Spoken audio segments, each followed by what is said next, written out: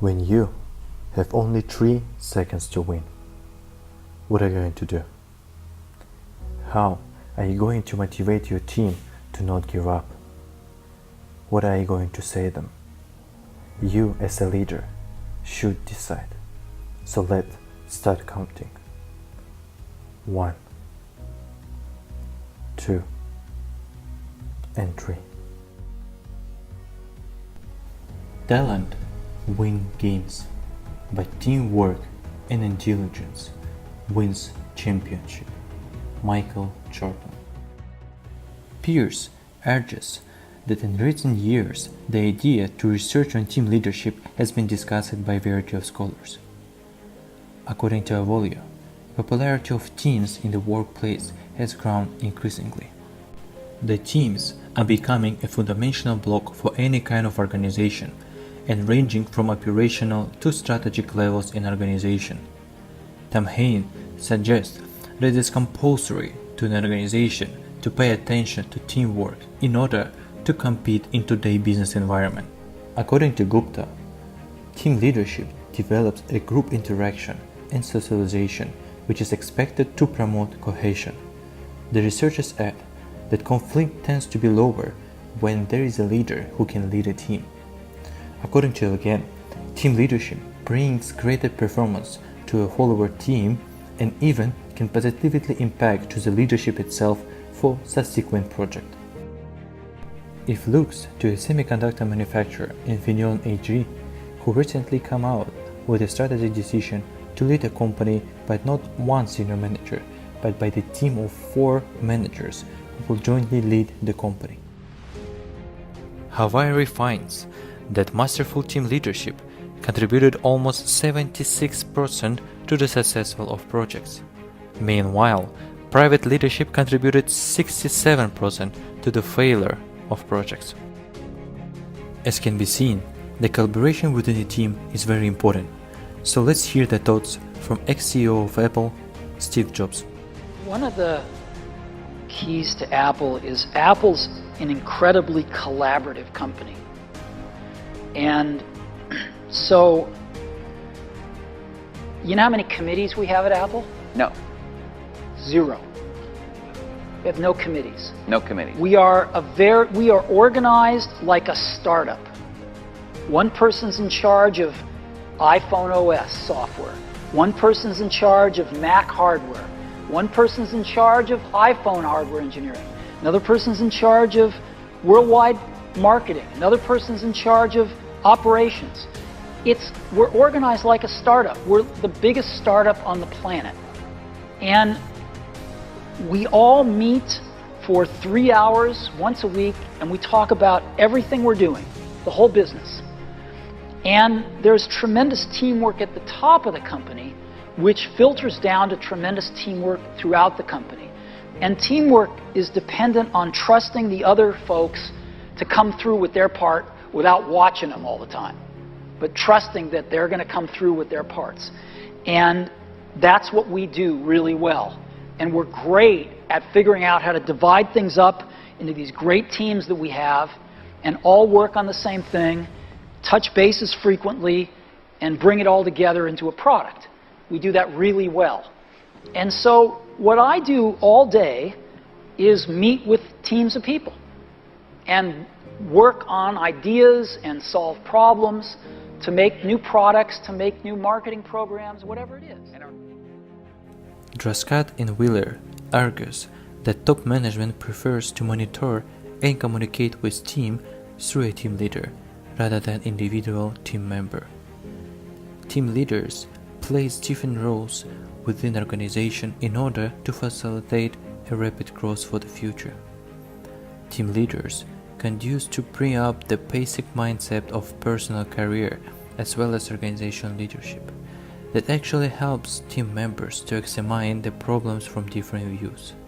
Fulton states that these kind of leaders construct a shared and cohesive culture within a team and organization in order to support and facilitate collaborative process of beliefs and expectation about the way teams should operate. Collaborative decision-making ensure high level of trust and respect among colleagues.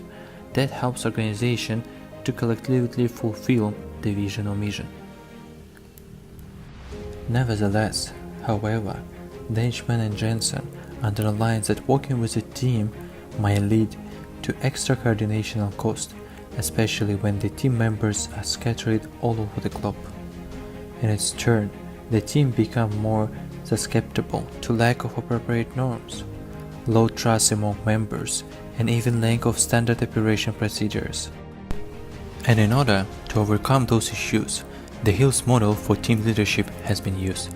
The model describes the actions the team leader should take in order to facilitate the team effectiveness. This model shows two internal leadership actions as task and relational. It links to the leadership theories that concentrates on emotional stability of employee and task accomplishment.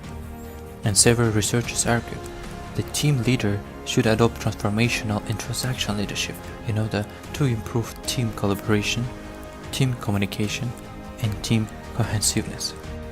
Aga stated that transformational leadership focuses more to team members by giving them a freedom to explore and make their own decision about the methods to fulfill organization tasks and goals, problems to solve, and tasks to perform. Conversely, transactional leadership concentrates on task or project-related exchange of actions and rewards between leaders and followers. According to Young, in different project phases, there are different leadership theories are appropriated. Moreover, the effectiveness of leadership during the projects is directly correlated to the project characteristics.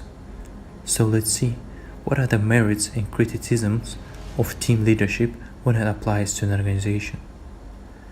Team leadership creates an equal participation, longer process of accomplishment, higher coordination cost, and inherent conflicts.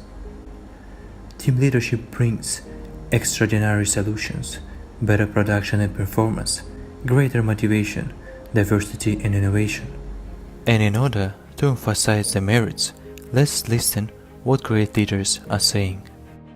Everyone needs a coach. It doesn't matter whether you're a basketball player, a tennis player, a gymnast, or a bridge player. My bridge coach, Sharon Osberg, says there are more pictures of the back of her head than anyone else's in the world. Sorry, Sharon. Here you go. We all need people who will give us feedback. That's how we improve. I've received so many different kinds of advice, I don't know where to start. One that comes to mind is to have a coach.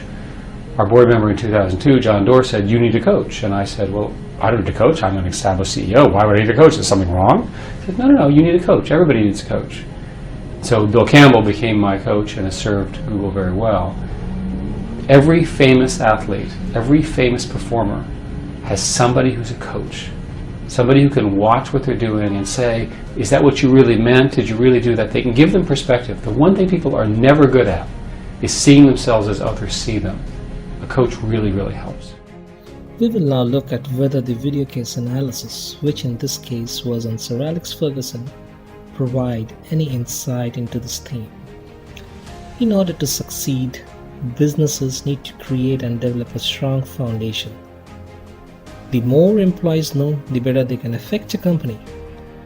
In the case of Manchester United, Sir Alex always showed the drive to succeed by encouraging his team members mentally and physically, by prioritizing youth player development, rebuilding the team, emphasizing attacking football, and bringing the best out of his players. He led Man U come back to top of the first division. Just as Sir Alex did, even in a not-football professional world, looking at employees as a team increases the job satisfaction and employee morale. Teams are often motivated since they appreciate the fact that the companies invest in their professional developments. In addition, Sir Alex's case, everyone understood what was expected from them and were held accountable for their actions. As Andy Cole famously said, if you lose and Sir Alex believes you have given your best, it's not a problem. But if you lose in a limp way, then mind your ears.